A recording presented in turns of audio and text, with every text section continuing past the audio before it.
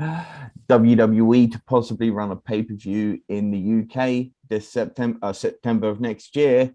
Doudrop to challenge for the Raw Women's title during the WWE UK Tour. The NXT Championship will be on the line during the WWE UK Tour. Walter is set to make his return during the WWE UK Tour, as we've got the full lineup for each show, which has been released. Martel Bartel and Fabian Aichner won the NXT Tag Team Championships. WXW announced the return to the 16 Carat Tournament. Francesco Akira is to challenge Daz Black for the ICW Zero G title at Fear and Loathing. And Chris Ridgeway has been entered into Rev Pro UK's British J Cup. Hello, everyone, and welcome to TNT Great British Wrestling Podcast for Great British Wrestling, as featured on bodyslam.net. I am your host, the Great British Attacker, Mr. Andrew Andy to most, and my co-host, as always, is the Pro Wrestling T-shirt champion of the world, Big Daddy Daniel Allen. How are we doing? We are somewhat changed from our last podcast. You may have noticed a subtle difference. Yes, I believe you are now a dwarf. I have actually shrunk by 4 feet. No, I have, for those of you listening, I have bleached my hair and my beard because every year around the coming season, I am an ambassador for a certain large man in a big red suit. So I'm getting ready for that now. Indeed, although, as I say, with the bleachness at the moment, it looks more like you're an elf than Santa. But I think you're on way. You're en route. Don't think elves have beards quite of this magnitude. Well, I'm thinking like the head elf, like the elder chief elf. The chief elf, exactly.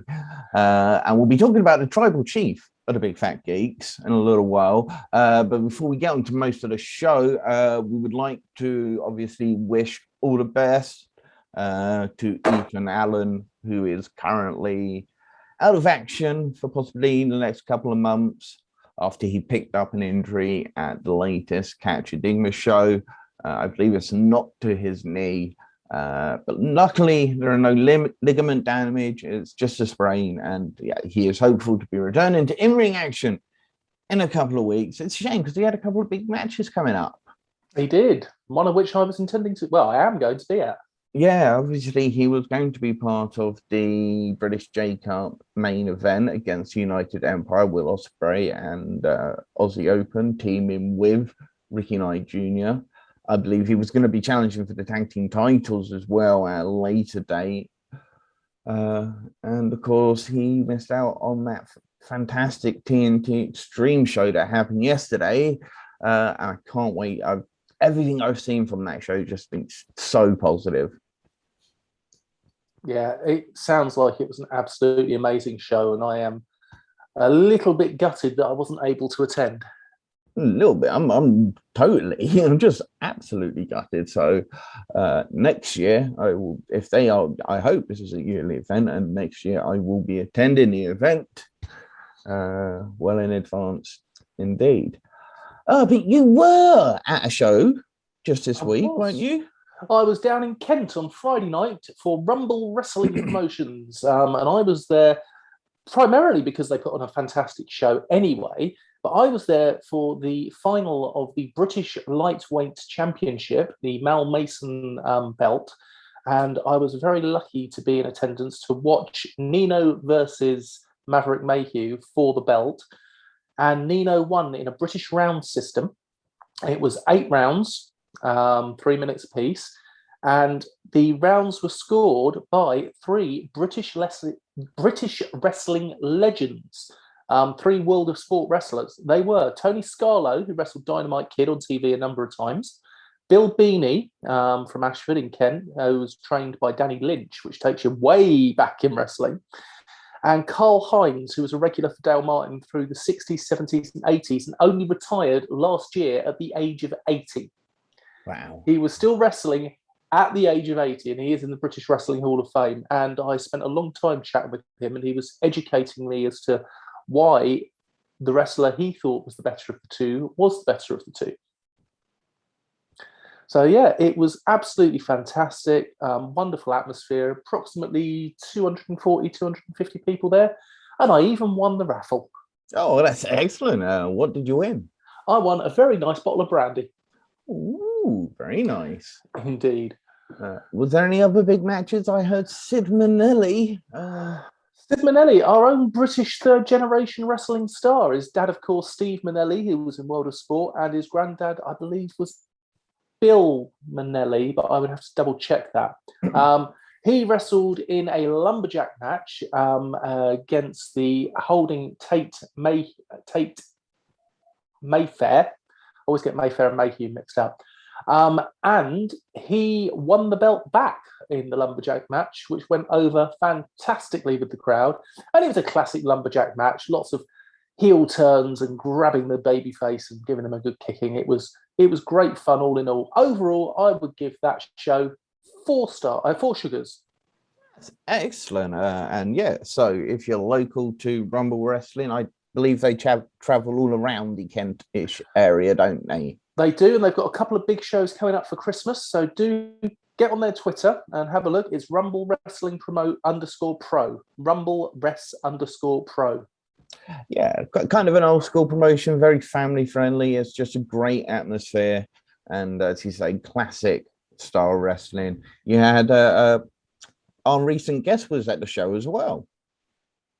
He was indeed. Mr. Chris Hatch, Britain's leading independent referee, was at the show. I did get a chance to say hello to him, and it was fantastic to see him there. We interviewed Chris this week, and the interview is available on YouTube and on Spotify for you to listen to. You can hear some really interesting points about rules. And one of the things I did take away from the show was there were tag ropes, and the tag ropes were being used properly throughout the tag matches. Yes, with certain promotions and not others, but it's yeah, I really enjoyed this interview because obviously I do bemoan the rules very often. And yes, one of the leading UK referees very much agreed with me on some of the points of nature, although he did, I always thought tags should only be on the arm, but of course he says it can be full body. Above the waist, I believe. Above the waist. He mentioned about the fact, obviously, he did love you should only break up the tag team once because otherwise you'll just end up in endless cycles, which is very true, and it happens very often. We talked about pure matches, pure rules with the free rope break, and so many other just brilliant. And one other thing that we discussed was our Mount Rushton, our top 4 wrestlers. And if you listen, you will hear Chris Hatch put the first female wrestler on our Mount Rushton. So if you want to find out who that is, do listen to the show. Actually, I did remember, and I look back at Rebecca Resner mentioned Mako Satomura. Ah, yes. Ignore everything I said, but anyway, he puts a fantastic female wrestler on the show, on the Mount Rushton. Indeed, and 3 fantastic, superb wrestlers, all just 4 wrestlers, great wrestlers. He talks about some of the great promotions that are out there right now. He talked about who he believes are the top stars at the scene at the moment, as well as who he thinks are the 2 guys that he believes will be the real breakout stars in the UK. And as I say, just a very, very enjoyable interview, and such a nice guy. Really nice guy.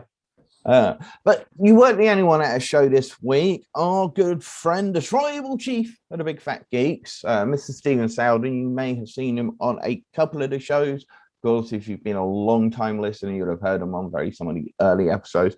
We hope to get him back on a bit more of a regular basis. He is but he was at one of our favorite promotions at the moment, Ultimate British Wrestling, who run shows in the Hertfordshire and somewhat Bedfordshire region because they run in Biggleswade, which technically and Stockfold. Yes, and Stockfold as well. And they were in Stockfold this time, weren't they?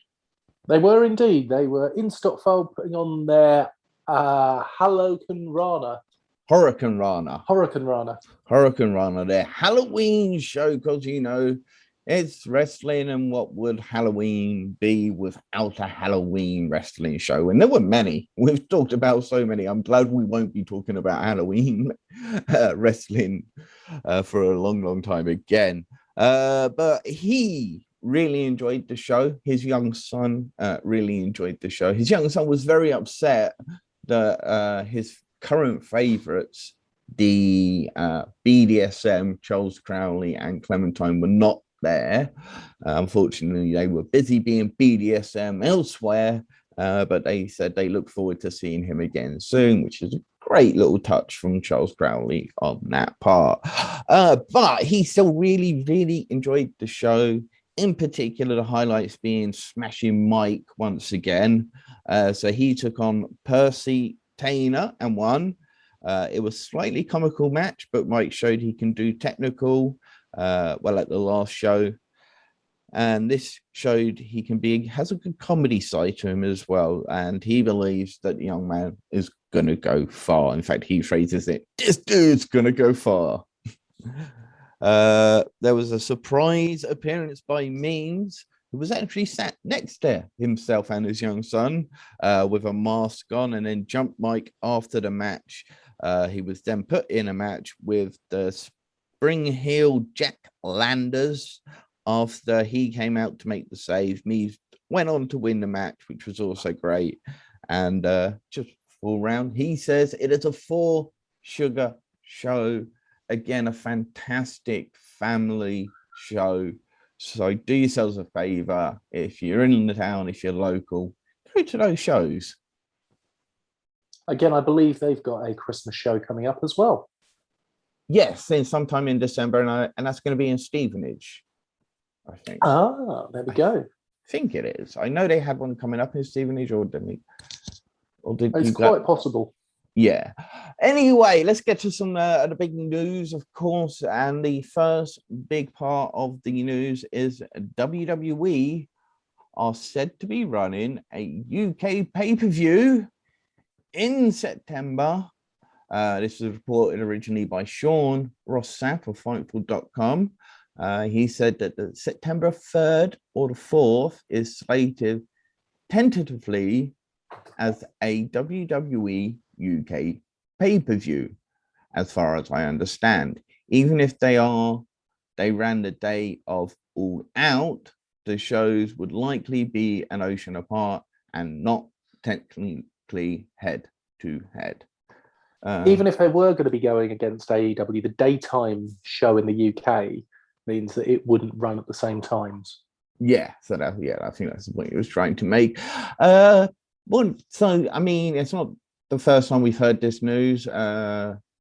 When the last UK tour was in town, Drew McIntyre was very adamant that he was working diligently to get the UK audience a WWE pay-per-view. September, is that SummerSlam or is that after? I don't think it will be a named show. I think it will be a surprise one. But something else that we didn't have noted down there was Tom Campbell from Cultaholic interviewed Tyson Fury's wife this week, who said that Tyson Fury will definitely be back with WWE. So I think if they're going to be having this UK pay-per-view show, it's going to end up having quite likely a rather large Gypsy King there as well. Yes, they can play it around Tyson Fury, and of course he's never been hotter after another dominant win over Deontay Wilder very recently. So he had that match against Braun Strowman. Am I right? Yep, it was. I don't know how it went. I don't think I watched it. Funnily enough, it ended with a knockout. There we go. Of course, AEW did report themselves that they were planning to do a pay-per-view in the UK during the summer of next year. So again, but he thought it would be more, Full Gear, I think he thought would be the pay-per-view. But he said he was only guessing, and so we'll stress that. But yeah, it'd be nice for us to get a new pay-per-view. It would be fantastic. And Tyson Fury would be just the right man to build it around. Now, of course, WWE will be in the UK much sooner than next year. They, in fact, will be in the UK as of next week, or is it a week after they are actually in the UK? Week after. It's the week after. They start their tour. Oh, no, on the 2nd. Oh, bloody hell, that's just 2 days away. Yeah, so the WWE return to the UK between the 2nd and the 10th. Oh, no, 3rd of November to the 10th of November is the 2nd UK tour of the year. They'll be running a total of 8 shows, 4 for SmackDown, 3 for Raw, and 1 Super Show. And they've released the lineups. And what we do know is Doudrop, Piper Niven, Viper, anything other than Doudrop. Still love her. She's fantastic. She's constant professional to allow this. But yes, Doudrop is going to be challenging for the UK Raw title. It's going to be a triple threat matchup against Becky Lynch, who is, I believe, the current champion, and Bianca Belair. So just throwing in a UK person into their feud because they're in the UK. Makes sense. Makes sense. No doubt Becky Lynch will go over in each of these shows, but it's nice to see that Doudrop gets to challenge for a championship, I guess. Yeah. Scotland versus Ireland versus America. Why not? Of course, let's have a look at the full lineup for the show. As I say, it's also going to have a WWE Championship street fight where Big E will defend against Bobby Lashley. A Raw Tag Team Championship match. That's RK Bro versus the Street Profits versus the Dirty Dogs, Dolph Ziggler and Robert Roode. Are they still a team? Apparently so. And United States Championship Fatal 4-Way match. Damian Priest, Finn Balor, Kevin Owens, and Seth Rollins. I thought Damian Priest just lost the title. I'm really not up to date with WWE, as I should be. The 24/7 Championship will be on the line as Reggie takes on John Morrison, and Liv Morgan versus Carmella. So, that's quite a lineup. Quite a lineup. I mean, several championship matches. So that's good to see. So they've got there's big stars there. Bobby Lashley, Big E. You haven't mentioned a match that I've heard about that I'm a bit excited for. Oh, should we move on to the SmackDown lineup then? Yes, let's move on to the SmackDown lineup. And we must note that on the SmackDown tour, the NXT Championship will be on the line.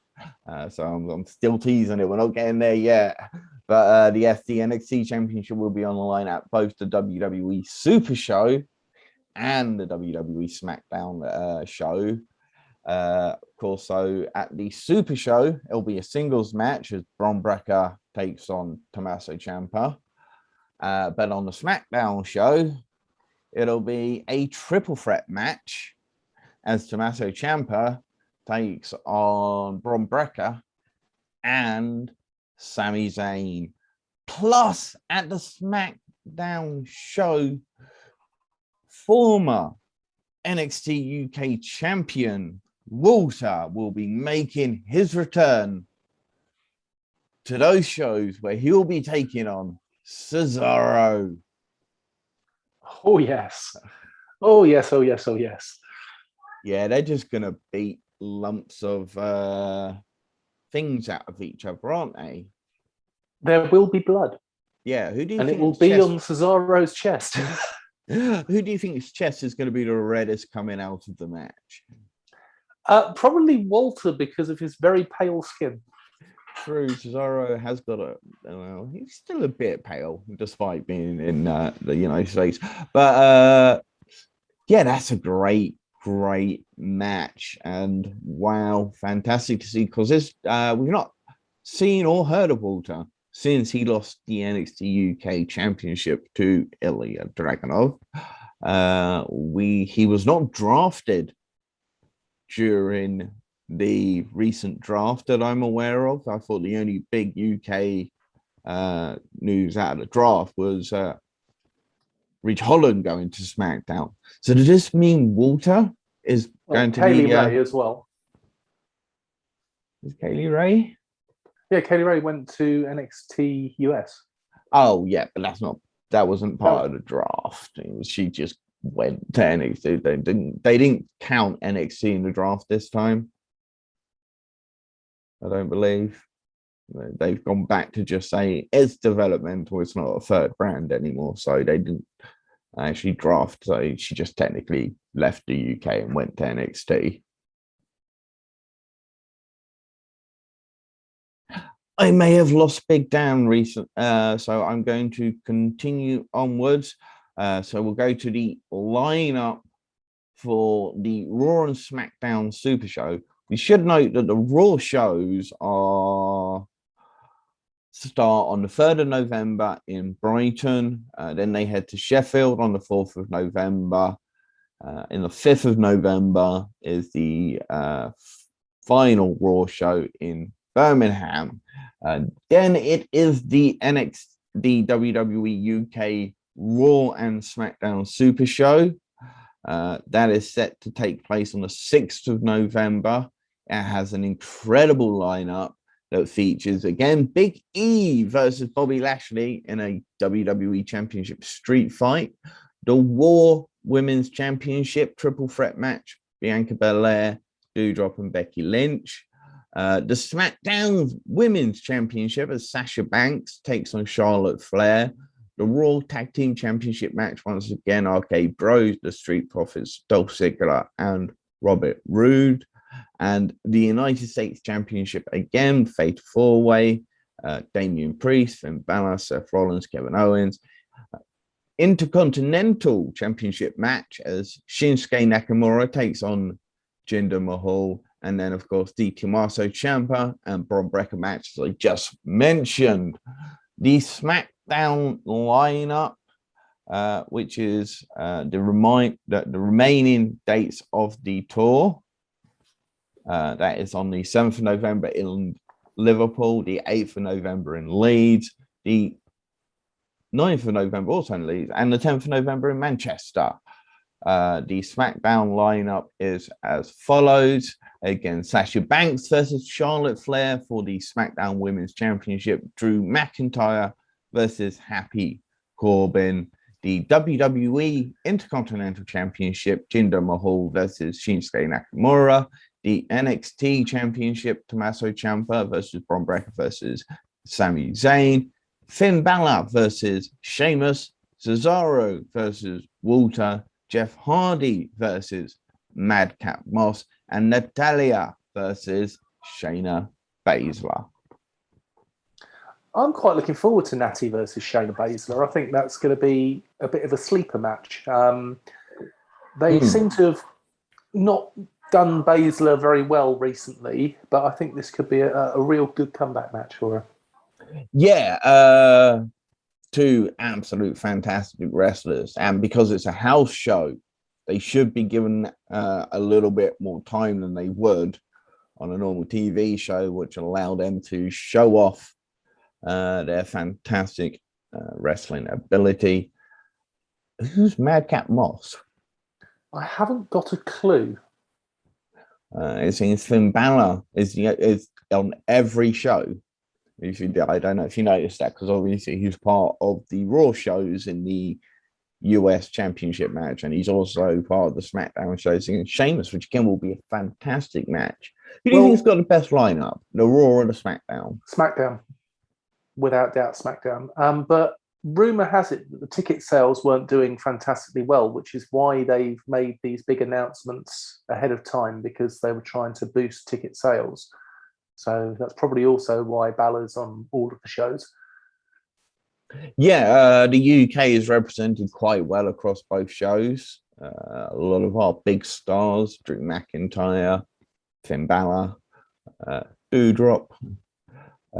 So yeah, I think I definitely agree with you. I think the SmackDown does have the better matches.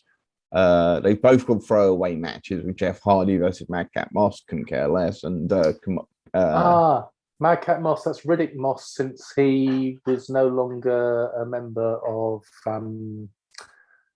oh god, that awful tag team, Mason T-Bar. Okay. I still don't know. Anyway, NXT, WWE NXT, Imperium's tag team, Marcel, Bartel, Fabian Aichner, finally done it. They have finally captured the NXT championships. Go Imperium. Yeah, can't argue with that. They are an amazing tag team. They do proper wrestling.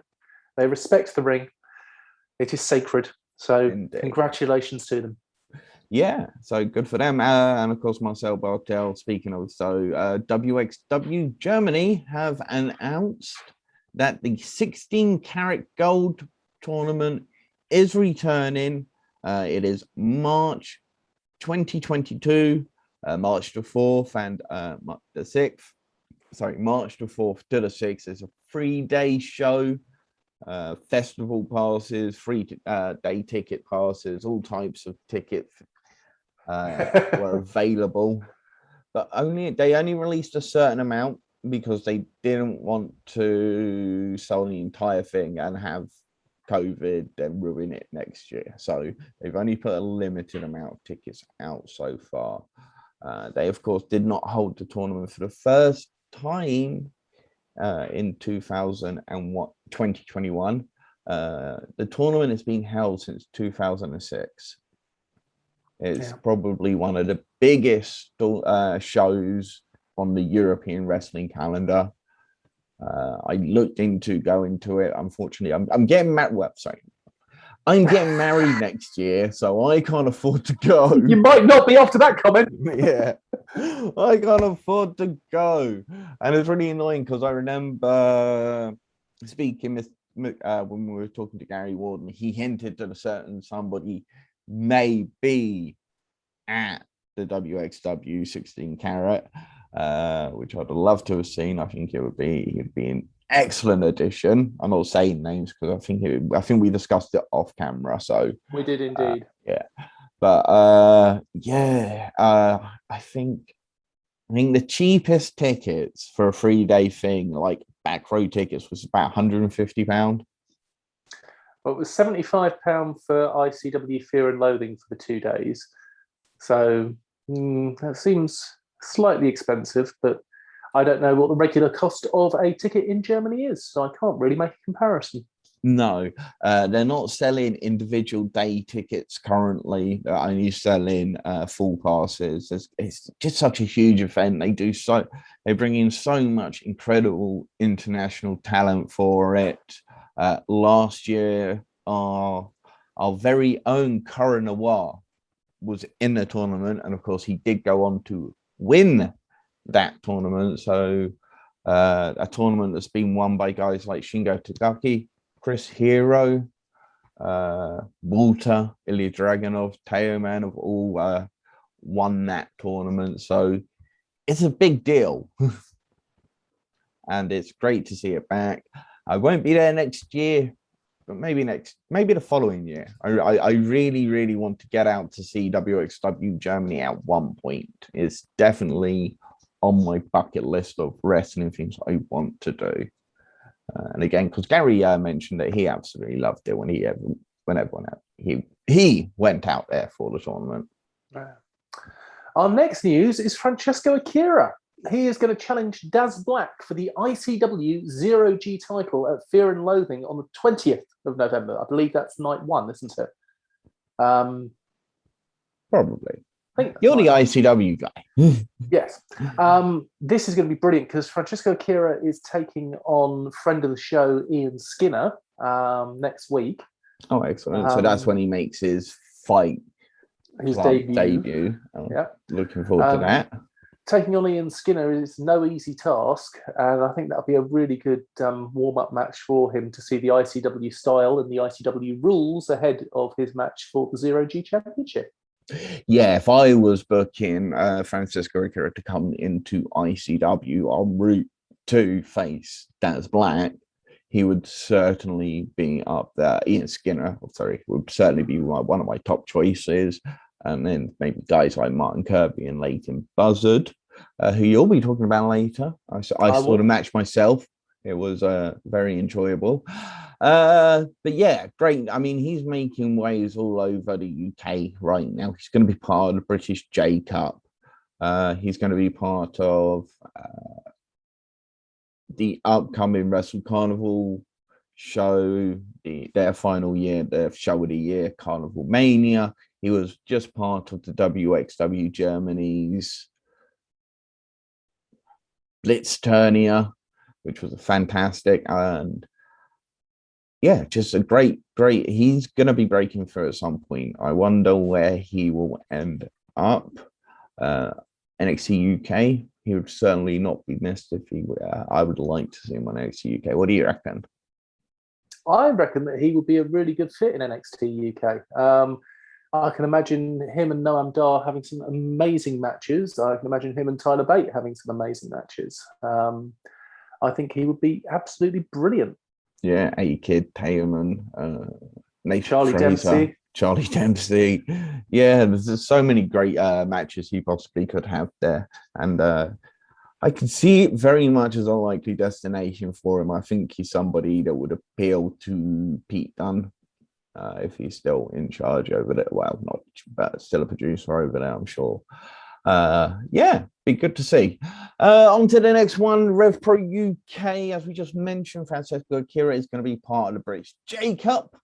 And now we know the sixth entrant is going to be Chris Ridgeway. Everybody else is in a lot of trouble. Yes, very much. He's been a real big part of their cruiserweight division of Rev Pro UK. That's where they've used him most. I think he's challenged Michael Oku twice, one that's in a triple threat, once in a singles match. So I could see him maybe pushing on to win this tournament. Once again, challenge Michael Oku. Because, as I say, it was a good match up to a point. I can definitely see Ridgeway going all the way in the J Cup. In fact, he has become my new choice to win. Yeah, I'm still leaning towards Connor Mills. Of course, the rest of the entrants, as we mentioned, Francesco Akira, Speedball Mike Bailey, Michael Oku, Connor Mills, and Robbie X. So there's still two more entrants to come, which I'm sure they'll be announcing next week, with the tournament, of course, next weekend, which you will be there. Are you looking forward to it?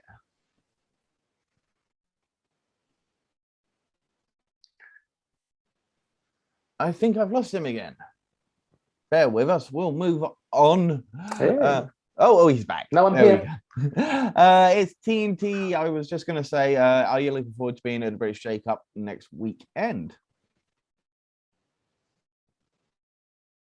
Nope, we've lost him again. I'm going to have to carry on. TNT Ignition Level Up is now available to watch on Powered 4 TV as part of their standard package.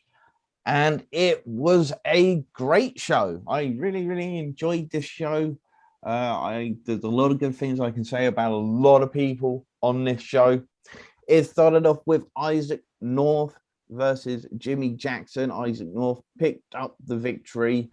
I really like Isaac North. He's big, he's tall, he's got a good look.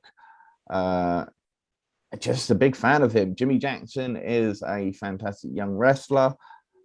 Should do well for himself. Gia Adams then took on Hannah Taylor. She was meant to be taking on Tonga, but Tonga apparently was not available for the show eventually. So she was replaced by Hannah Taylor.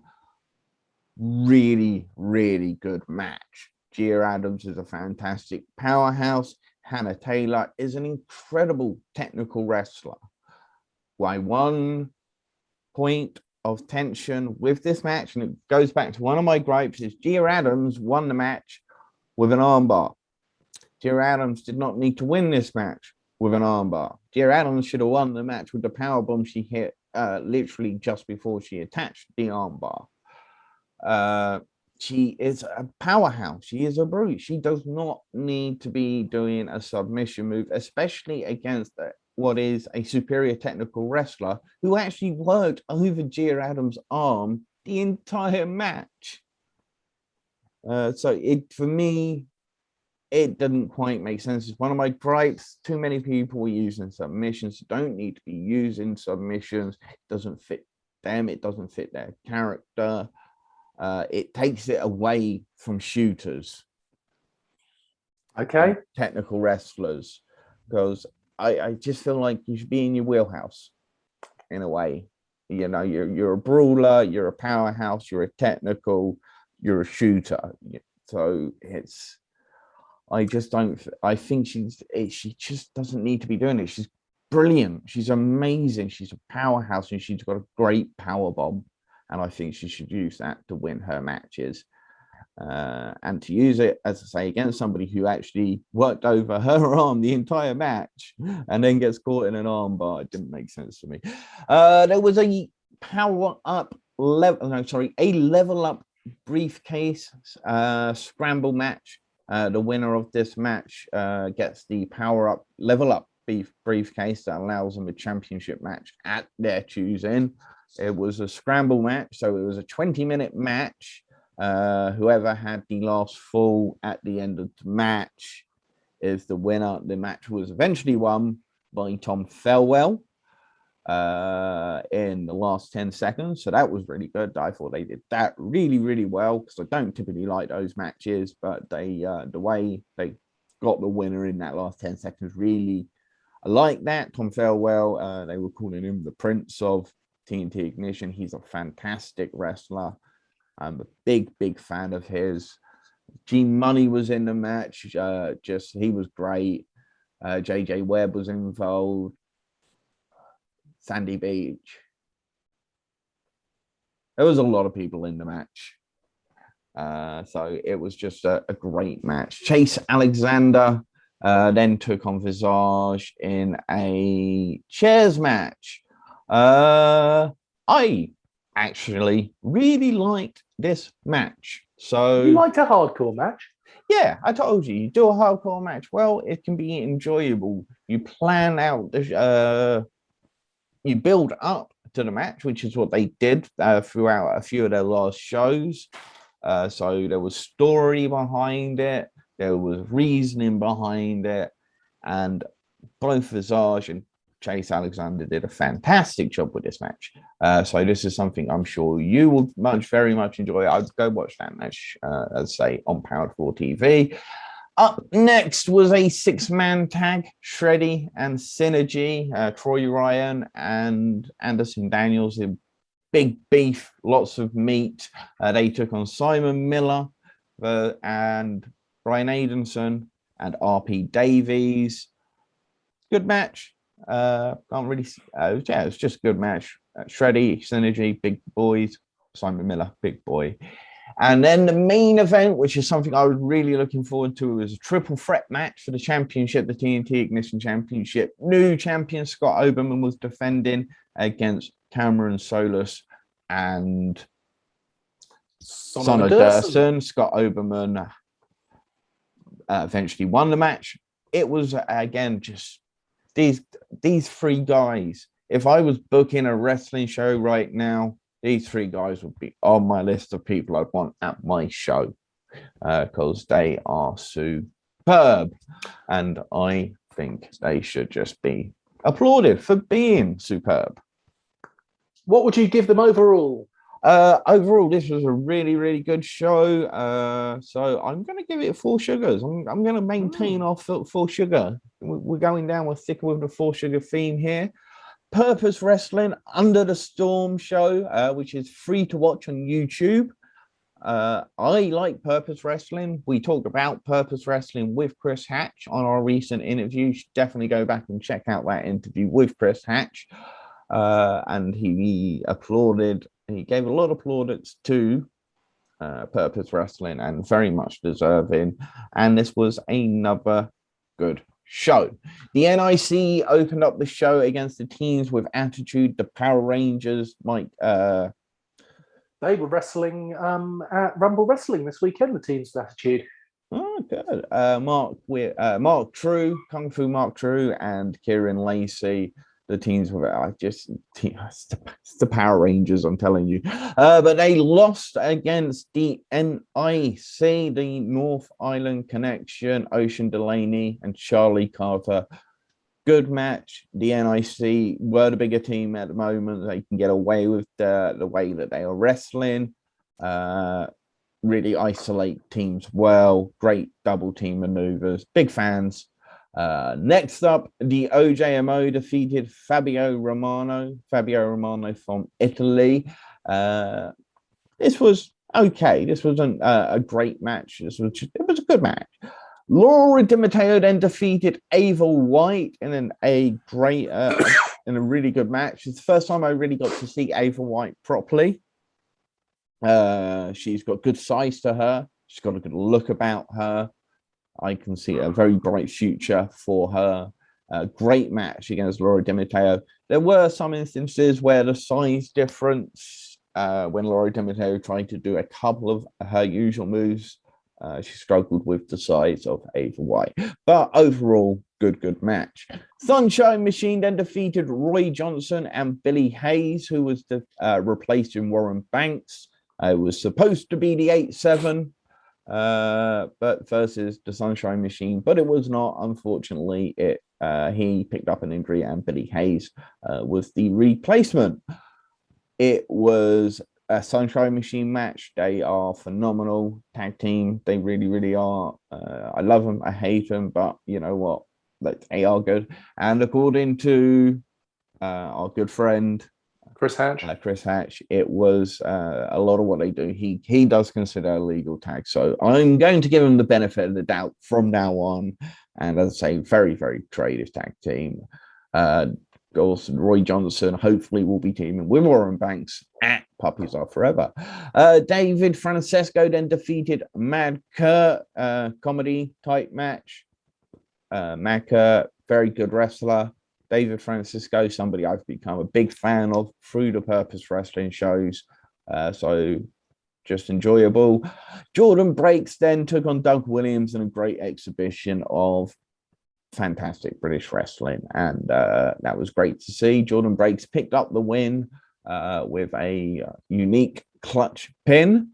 After the match, though, they were attacked by 4 masked men who were not Retribution. But these 4 masked men did attack Jordan Breaks and Doug Williams. Eventually, this led to David Francisco coming out, but he, 4 against 1, he couldn't really stop them. And then Nino Bryant came out, very small 4-on-1, so he didn't last very long at all. They unveiled themselves as Destination Everywhere, all 4 people from Destination Everywhere, which is Connor Mills, Michael Oku, and the NIC, Charlie Carter and Ocean Delaney. This was a good show. I liked the way it finished. I thought their previous show was slightly better. I would still give this show definitely 3.5 sugars.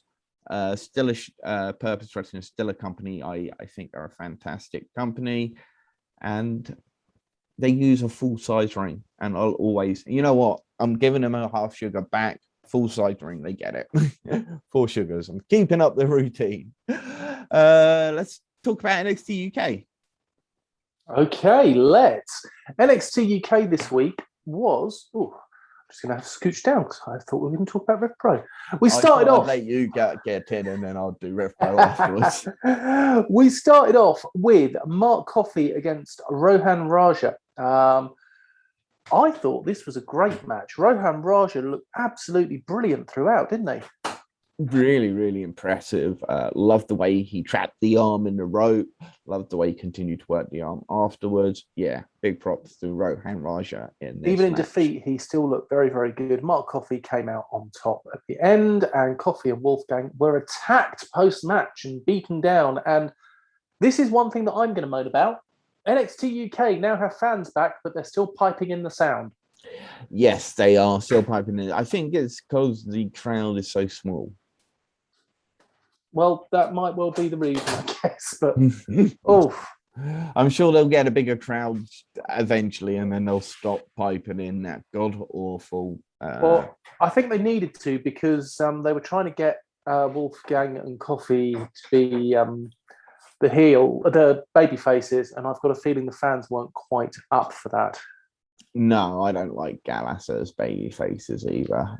So I'm kind of on Rohan Rancher and Taylor's side. I'm like, yeah, beat Gallus down. We then had Skid Scarlett doing a announcement that there is going to be a tag match, a three-way tag match for the number one contendership, which will be Symbiosis versus Ashton Smith and Oliver Carter versus Jack Stars and Dave Mastiff. Who I'm calling Stiff from now on. Good for you. Because you know they like to combine the names. It's Stars and Mastiff. Stiff. Now, I really, really, really hope Carter and Smith win this and not Mastiff and Stars.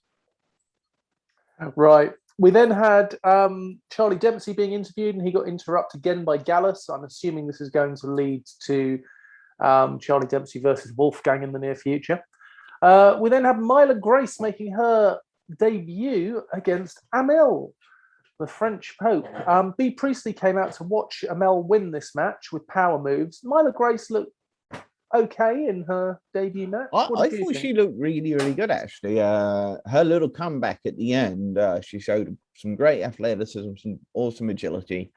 I think if she's now working at the NXT UK Performance Center, I think she's going to improve quite a lot. I think she's going to be, she's got a unique look, so I like her.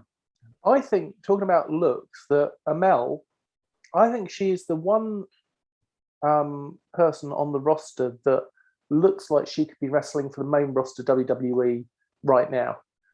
Her look, her interview skills, her wrestling style, I think she should be main roster. Yeah, I think she is one of the better performers on the NXT UK, and that says a lot because the NXT UK performers are all fantastic. And I think she's got a bright future ahead of her as well. Blair Davenport, of course, watching the match, but Amel picked up the victory. Indeed.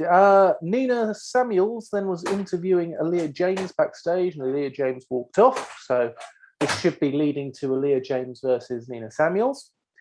We then have Flash Morgan Webster go and try and do his happy slap against Rampage Brown. Yeah, I like this. Rampage saw it coming. Hurt him, Rampage. Hurt Flash. Yeah, hurt that sub. Although he's a sub, he's going to like it. Well, this is obviously going to be the last of the big men really for him to do this against, because if he tried it against Walter, I think Walter would kill him on the spot. So I think this will hopefully end this. I hope Rampage Brown just crushes him. I do love the fact that Rampage just don't try it. And when Flash, you just slam him against the wall and just say, you're going to get yourself hurt. Yeah. Right. We then had Charlie Dempsey's second match against Danny Jones. Dempsey Jones got in a lot of offense in this match. He did. He was allowed to look good with this, but Dempsey just looked phenomenal. He was doing classic old school moves, but doing them in a way that didn't seem at all slow or boring. His hammerlock to win was an absolute thing of beauty. And I've got to say, please, give me Dempsey versus Walter. Give me it soon. I want to see that at some point. Yeah, I'd classify it as it was almost a modified cross-faced chicken wing. Well, I would agree with that, but they called it a hammerlock during the it was because he had the hammerlock underneath and then he had the stretch. So I thought very good submission move. Looked very, very painful. I loved the way he held on to the double underhooks beforehand. Yes. The roll through into the second. I love Charlie. It was a great match. Ginny and Mako Satomura then cut promos on each other ahead of their match. And then there was a promo for Isla Dawn, which I didn't understand. And my daughter, who was in the room with me, just said was scary. Yeah, well, the whole thing was about this fact that she's taken tokens from all the people that she's faced recently, and that she has to face one more person and take one more token, I believe. What, to collect the set? Does she get a shiny after that? I think she gets a shiny after that. Yeah, we shall see. Yeah, I don't like it, but I like Charlie Dempsey. And then, of course, there was the main event. The main event was Noam Dar versus Tyler Bate for the NXT Heritage Cup, the Hogwarts Cup, as it was named by Stephen.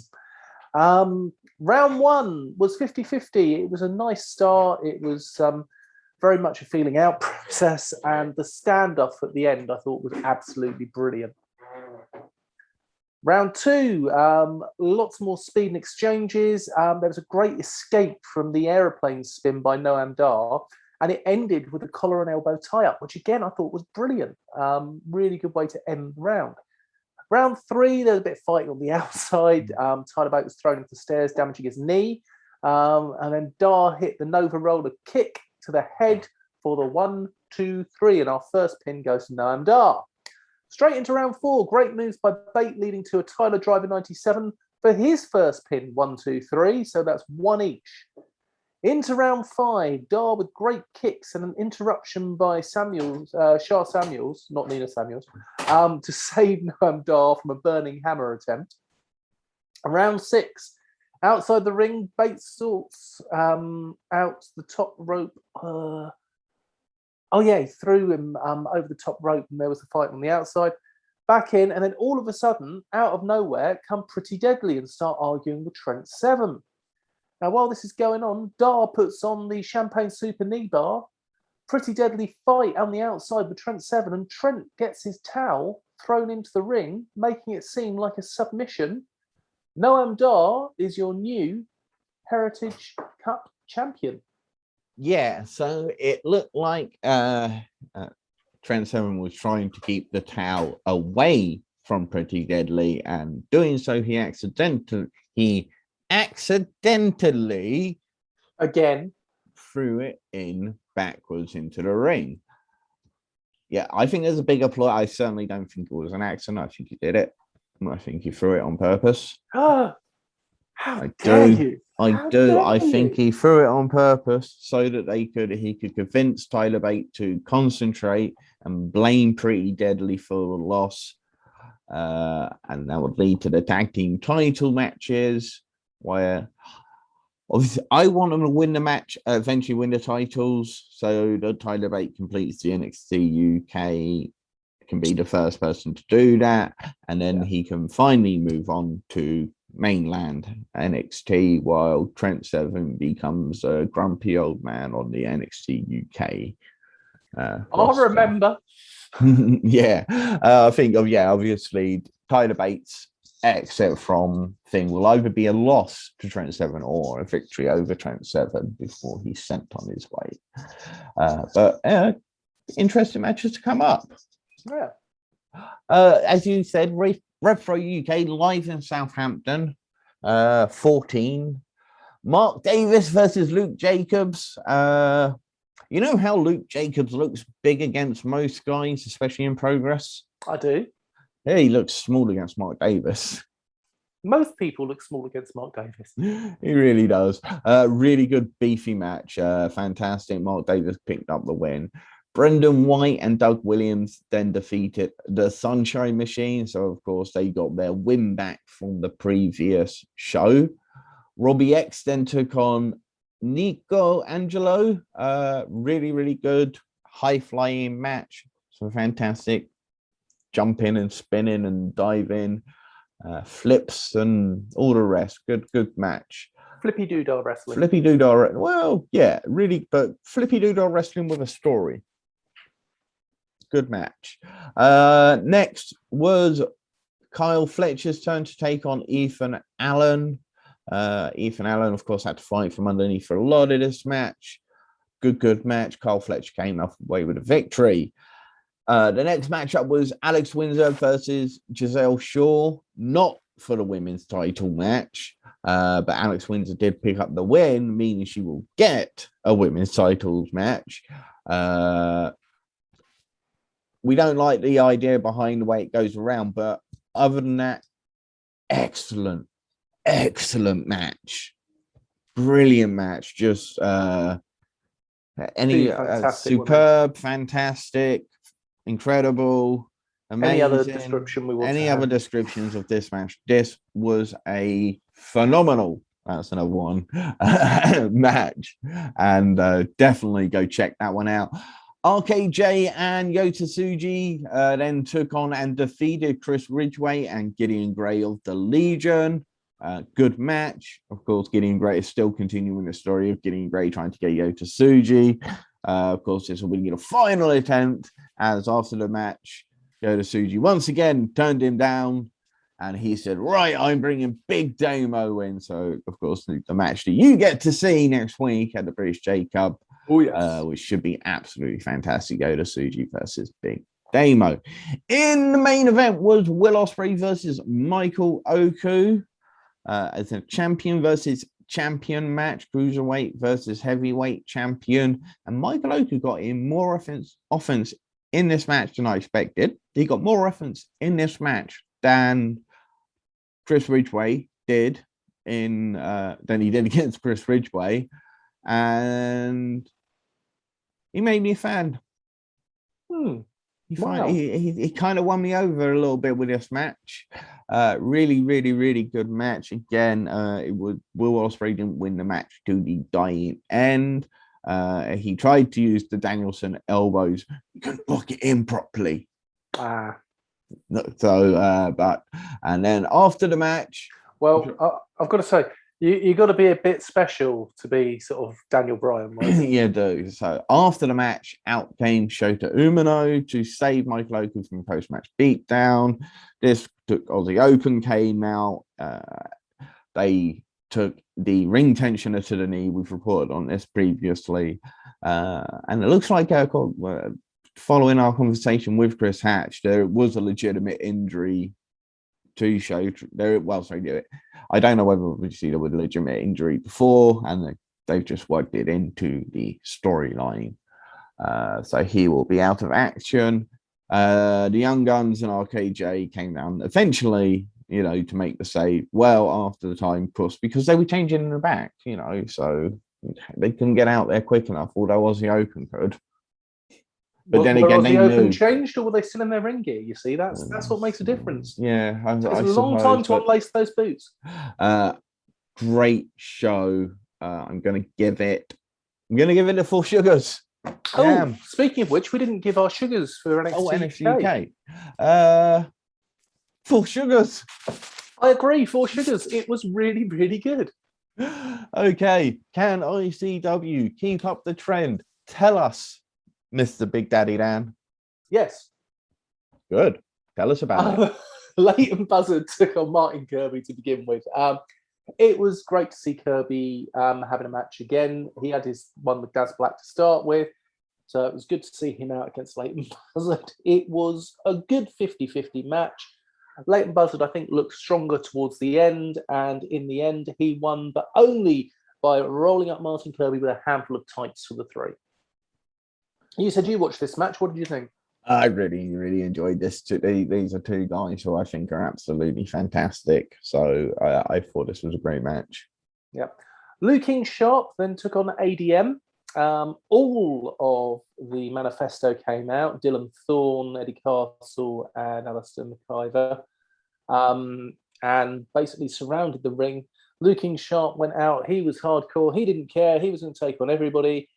And in the end, surprisingly enough, ADM outpowered him anyway. But B, he was held down, was about to be beaten by all 4 men, and out came Jimmy Pierce, his nephew, for the save. But it was wrestling numbers, so it's 2 on 4, so they didn't stand a chance. So surprisingly, out came the Purge, who've had their problems with Manifesto, and they have previously had problems with Lou King Sharp. So he was a little bit surprised, but it looks like the baby faces are going to be taking on the Manifesto at Fear and Loathing in a 4-on-4 match. yeah, it obviously was thrown out, so it doesn't count as a full match, but it was good. Daz Black took on Saqib Ali for the ICW Zero G Championship. I saw this one as well. Did you enjoy this one? Not as much as the first one. This was the first Saqib Ali match that I enjoyed for quite a while. Yeah, I'll give him that. There was some comedy elements that. Yes, the somersaults at the beginning. However, Daz Black's running shooting star press is a thing of absolute beauty. It really is.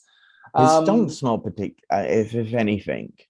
His stomp, which is what he won with in the end, doesn't look to have the viciousness of Seth Rollins' version, but also, is it the kind of move that you want a high-flying babyface to use? I mean, he's a big high-flying babyface. I'd love to see Daz Black versus Callum Newman. Just going to throw that out there. Daz Black versus Callum Newman, I think, would be absolutely fantastic. If you're listening out there, book it. Somebody book that for us. Yeah, I would love to see that as well. Anyway, Black won. He did a beautiful flying knee strike to Saqib Ali and then did the stomp, 1, 2, 3. Molly Spartan then took on Rio in what was my favourite match of the whole show. I really enjoyed this match. This was a semi-final in the Women's World Championship tournament. Rio came straight in, going for a schoolboy from the bell, then got stomped. Now Molly Spartan knows how to stomp. Without doubt, Molly Spartan knows how to stomp. This was a great 50-50 match all the way through. Lots of exchange of strikes. Rio did a beautiful snapmare, and then Molly did an even better snapmare and got her locked in with the choke with her thighs that she does, which is just brilliant. Excuse me. In the end, Casey distracted Rio. What a surprise. Molly Spartan hit a huge spear and then a big pop-up power bomb for the win. And Molly Spartan is going through to the finals. But the question is, will she end up against Casey? And I really hope she does. It'll be interesting to see if they end up facing each other in the final and how that plays out. Well, but of course, one of the biggest rivalries of ICW has also been Angel Hayes against Molly Spartan. Yeah, so it could be either of them, but I really hope it's the She-Wolves. Yeah. Theodorus versus Shay Monet was next. Theodorus complained ahead of time to traditional wrestling rules and he didn't like Shay's theatrics. However, their theatrics was fantastic because it always is, because it's Shay Monet. Doros focused on Monet's leg all the way through. From the beginning until the end, it was just a focus on that leg. And as far as traditional wrestling rules matches go, this was back to what Theodorus was doing. It was brilliant. He took complete control. I'd say he had 75% of the match. He did an absolutely stunning ground and pound into a chop block on the back of Shay Monet's knee. It just was so smooth the way that he put it through. Monet got some good hits in as well. He did a fantastic double underhook suplex. But in the end, submission on the knee. And the winner is, of course, Theodorus, the superior Cypriot. Excellent. Chantal Sham versus Jackson was our heavyweight final. This is basically to show what Jackson can do because he did his comeback, and after 2 years, some people may have forgotten. Sheikh El Sham looked brilliant throughout. He is just absolutely fantastic, and he will be signed up to NXT very, very soon. There's no two ways about it. It's going to happen. Classic heavyweight beating each other, big meaty blows all the way through. Absolutely great match. In the end, Sheikh El Sham went for a spear. Jackson leapfrogged it, got him in a double arm crossface for the submission victory. Excellent. And all in all, again, 4 sugars. It's just amazing. There we go. 5 shows, 4 sugars. Was it 5? I think it was 6, maybe more. Who knows? It was just a lot of wrestling that we've been watching for all you guys out there. And there's a lot of wrestling coming up. And we're going to go through that now with our British Wrestling Independent Roundup, starting with Progress Wrestling, who have finally announced that they will be returning. It'll be on the WWE Network on the 13th of November. And it'll be Chapter 125, Castle of Illusions. And it'll be hosted by Charles Crowley. Hey, we do love a bit of Crowley. Of course, this follows on from the last show where Roy Johnson will now be teaming with Warren Banks as the 8-7 to take on the Sunshine Machine. So Charles Crowley took the opportunity to say he'll host the show and then wangled his way into getting Elijah a match with Dan Maloney. It is yet to be seen if Cara Noir has accepted Nick Riley's challenge for the Progress Championship. He challenged him after the tag team match last show. And then I'm assuming, although it hasn't been announced obviously yet, but it should have the semi-finals for the Revelations of Divine Love tournament, which will be Alexis Falcon versus Mercedes Blaze and Riho versus Sky Smithson. They'll possibly do the final as well. But as I say, yet to be announced. We will keep you updated. Wrestle Carnival have released their full card for Carnival Mania, and well, they are finishing off this year with an absolute banger. Joe Hendry versus Doug Williams in a pure wrestling rules match, which everyone is looking forward to. Chris Ridgeway versus Francesco Akira in a submissions match. Rio, Visage, and Heidi Katrina are going to be taking on Zoe Lucas, Giselle Shaw, and Alexis Falcon. Lana Austin will be taking on Alex Windsor. Sean Custom, Nathan Cruz, and Miles Kamen will be going up against Will Cruz, Powerhouse Blake, and Brady Phillips. And Man Like Doris versus Danny Black versus Adam Bolt versus Just Joe Lando. Oh, that match is going to be an absolute... Oh, it's just going to be so good. Josie Me and Lion Kid will be taking on Charles Crowley in his one-on-one match. And Jay Joshua will be taking on Elijah. Yeah, that's a beefy match. Zoe Lucas is, of course, replacing Lizzie Evo in that match. North Wrestling, North NCL are back and in the Anarchy Brewery on December the 11th with, just remember, all caps, announcing that Riho and Gia Adams will be teaming up to take on the team of Lizzie Evo and Tonga. North Wrestling will also be looking for a new ring announcer, as this will be the last show of the beloved Tom Campbell. Everybody loves Tom Campbell, and I must admit that I have stuck my application through to North Wrestling. I did notice you made a tentative contact, so that's fantastic. Of course, if they want any references, they can contact me. They can listen to this absolute fantastic show where they'll hear your, dulcet tones. Exactly. Fight Nation Wrestling. Oh, it's one of your guys. I'll let you talk this one. Fight Nation Wrestling are in Eastbourne at the My Skate World for their Magnificent 7 show on the 25th of November. 2 female Fight League matches will be taking part. The British Championship will also be on the line as Chris Ridgeway defends. The Tag Team Championships will be on the line. Billy Hayes and Jay Joshua will be defending. And of course, the Magnificent 7 ladder match to crown a new Z-Force champion. Qualified for this match so far, Connor Mills, Big Guns Joe, Joe Lando, Callum Newman, Kit Knox, and Mark True. Who will be the mystery 7th entrant? You can find out by attending FNW's show in Eastbourne at My Skate World. So we will then move on to Sacrifice Pro Wrestling. Indeed, Sacrifice Pro Wrestling are back on the 7th of November in the at the Bedford Football Club with the Blip. And the full lineup for the show is Truman Roswell versus Alexander Hyde, Memes versus Jade versus CJ Carter versus Alexander Roth for the SP Cash-In briefcase, Hustle Malone versus Kai Payne, Tommy Kyle versus Roy Johnson, and Los Palominos, Frankie Vegas and Danny Mayhem are taking on Night Fury, Evie Madden and Mia Cortez. And in the main event, Warren Banks versus Carl Kingsley versus Kent Nelson. Nice. Resurgence Wrestling have begun to announce matches for their 4th anniversary showcase on the 20th of November in Leicester. Visage versus Gene Money versus Jern Simmons? Jern Simmons. Jern Simmons is the first match. RJ Singh versus Harry Singh. Lycos Jim versus BDSM. And Elijah versus Roy Johnson versus Mad Kurt versus Jetta versus Debbie Keitel. We also have Now, Rhea Ripley. Rhea Ripley. For some reason, I kept reading that as Rhea Ripley. Like, that can't be right. Rhea Ripley versus Chikara. And actually, they've just announced this. I've just seen it. It is Spike Trevay versus Cara Noir.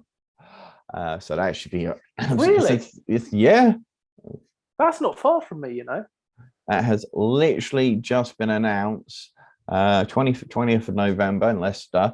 Now, I'm only actually guessing at some of these matches because if you haven't seen, they've been very, very creative with the play cards, if you like, the posters, which have been absolutely fantastic. I can't remember who the artist is off by heart, but they're very, very interesting. Such as the first one is actually a trip into the Moneyverse, which is Visage, Gene Money, and Jan Simmons, which I just assume is a triple threat.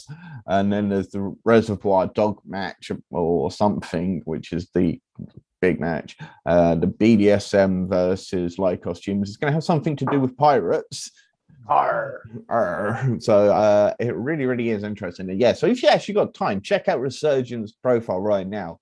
There are some really, really creative way of advertising their matches, so go check that out.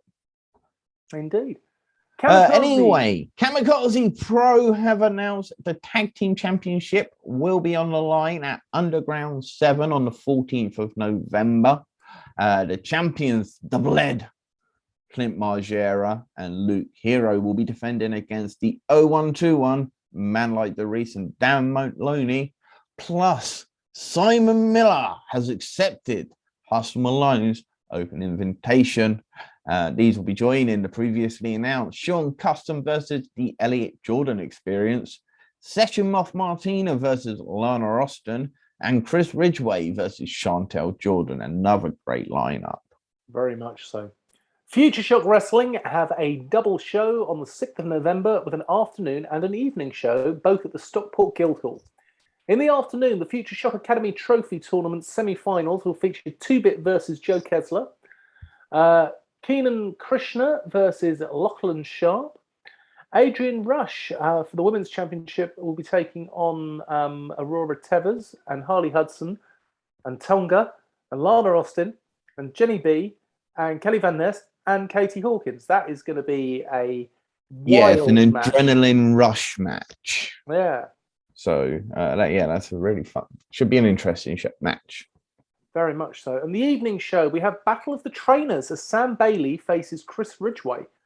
There's going to be a lot on the line in that match. Harley Hudson will take on Tonga, and Declan McCarthy will be going against Chris Egan. Yeah, Future Shock, of course, have produced so many incredible wrestlers as of late. All of which are in Northwest Strong, which is what Sam Bailey's got a problem with. Reach Wrestling are in Plymouth on the 5th of December, and they've announced Eddie Ryan, Yeston Reese, and Charlie Sterling, heavyweight powerhouses. Very much so. Have you seen the pictures from Yeston Reese's bodybuilding show that he did in Bedford last week? Yeah, he's very tanned and very muscly. He looked phenomenal. He really, really did. Hats off to Yeston Reese. You make me feel even fatter than I am. Indeed. Catch Pro Wrestling. The Catch Pro Enigma Series Block A standings are currently Tom Thelwell with 4 points. We then have 2-Bit with 2 points, Dynamite Lee with 2 points, Joe Kessler with 0 points. Block B standings, Kev Lloyd on 4 points, Joey Hayes on 2 points, Scotty Rourke on 2 points. The final round of matches will take place on the 8th of November. The Block A matches are 2-Bit versus Dynamite Lee, Joe Kessler versus Tom Thelwell, Kev Lloyd versus Scotty Rourke, and Keenan Krishna versus Joey Hayes. Non-tournament bonus match on that card will see Scott Overman versus Chris Ridgeway. That's going to be great. That's just going to be great. I'm looking forward to seeing that. Very, very, very much so.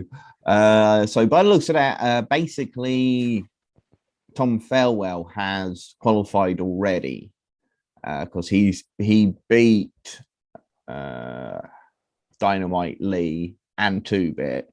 So regardless of their result, 4 points. So regardless of what happens in his match, he'll qualify because he has the win advantage over both competitors. It'll come down to the Scotty Rourke versus Kev Lloyd matches in Block B. So Scotty Rourke beats Kev Lloyd. They'll both finish on 4 points, but he has the victory over Kev Lloyd. So he would go through if it happens that way, which I think it will be. I think they'll lead him back up to Scotty Rourke versus Tom Fairwell once again. Do you want to explain what's going to happen at Catch 4 as well while you're there? Yes, Catch 4 Capture on the 20th of November. Well, we'll have the finals for the Enigma series, but they've also announced that Brady Phillips will be making his debut. Previously announced for Capture, Chantel Jordan will be taking on Alexis Falcon. If Chantel Jordan wins, she gets 5 minutes alone in the ring with JJ Webb. And of course, you got the Catch Women's Championship match, Riho versus Lizzie Evo. Nice. SWW Wrestling, they will be making their debut in Cardiff on the 21st of November with Bushwhacked. I love the Bushwhackers, which will feature Lucia Lee, Dan Maloney, Nico Angelo, Mike Bird, LK Messinger, Elijah, Sid Oakley, and Billy Hayes. Their recent event, Take Me to Church, is now available free on YouTube. Spirit Wrestling have announced their second show for their upcoming second show, have announced the second match for their upcoming second show, Redo in Sheffield on the 21st of November. I'll tell you what, I'm absolutely buggered if they decide to watch this one to see how I am, because I'm all over the shop. Right. Battle Squad Awesome. Diamond Dave and Danny Chase are going to face off against HT Drake and David DeVille. And as previously announced, Chantel Jordan will be taking on Ivy. They've also announced the return of Happy Sweet Carts. Note to promoters, more sweet carts at shows.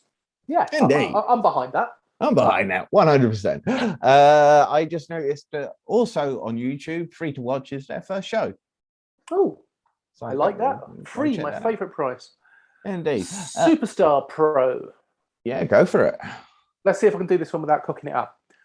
Superstar Pro have announced that a Super Starcade will be taking place on the 11th of December. This will be a 20-man rumble, which will crown a Superstar champion.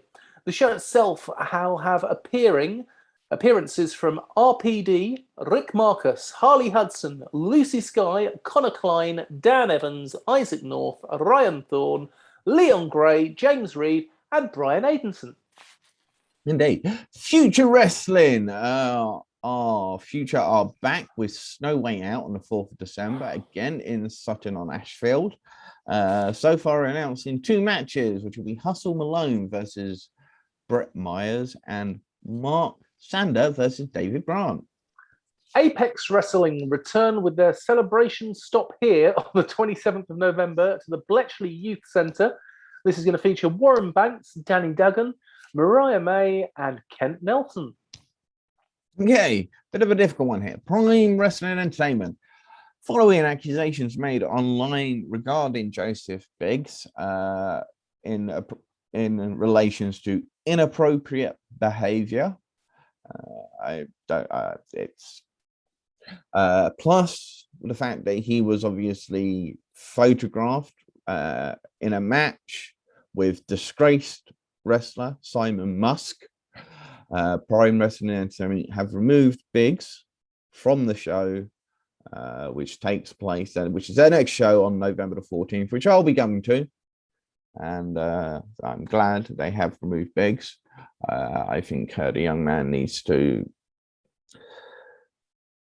look at himself right now and make some adjustments and look at how he treats, and he just needs to take care of what he is doing. Anyway, other matches include Rebecca Resner versus Gia Adams, and That's So Raven versus